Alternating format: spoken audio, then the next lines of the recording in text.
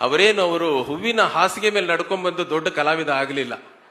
ಎಲ್ಲ ನೋವುಗಳನ್ನ, ಕಷ್ಟ ಸುಖಗಳನ್ನ ಅನುಭವಿಸ್ಕೊಂಡೇ ಅವ್ರ ಮೇಲೆ ಬಂದವರು. ಅವರು ಇಟ್ಟ ಒಂದೊಂದು ಹೆಜ್ಜೆಯಲ್ಲೂ ಒಂದೊಂದು ಮುಳ್ಳನ್ನ ತುಳಿದು, ಒಂದು ಡಾಕ್ಟರ್ ಹೇಳಿದ್ ನೆನಪು ಬರ್ತಾ ಇದೆ, ಅವ್ರ ಕಾಲು ಗಾಯ ಆಗಿತ್ತಂತೆ, ಅವ್ರನ್ನ ನೋವನ್ನ ಹೇಳ್ಕೊಳಕ್ಕಾಗದೆ ಹಾಗೇ ಇಟ್ಕೊಂಡು ಒಂದು ನಗು ನಗುತ್ತಾ ಇದ್ರು ಅಂತ ಆ ಮಾತನ್ನ ಇಲ್ಲಿ ನೆನೆಸ್ಕೋಬೇಕು. ನಿಜವಾಗ್ಲೂ ವಿಷ್ಣುವರ್ಧನ್ ಅವ್ರಿಗಾಗಿರೋ ನೋವನ್ನ ಯಾರಿಗೂ ಹೇಳ್ಕೊತಾ ಇರ್ಲಿಲ್ಲ. ಅವರು ತುಳಿದಂತ ಒಂದೊಂದು ಹೆಜ್ಜೆನಲ್ಲೂ ಅಡಿನಲ್ಲಿ ಮುಳ್ಳಿತ್ತು. ಆ ನೋವನ್ನ ತೋರಿಸ್ಕೊಳ್ಳದೆ ಆ ಹಿರಿಮೆಯ ಗರಿಯನ್ನ ಅವರ ಕಿರೀಟಕ್ಕೆ ಸಿಗಿಸ್ಕೊಂಡೇ ಬಂದ್ರು.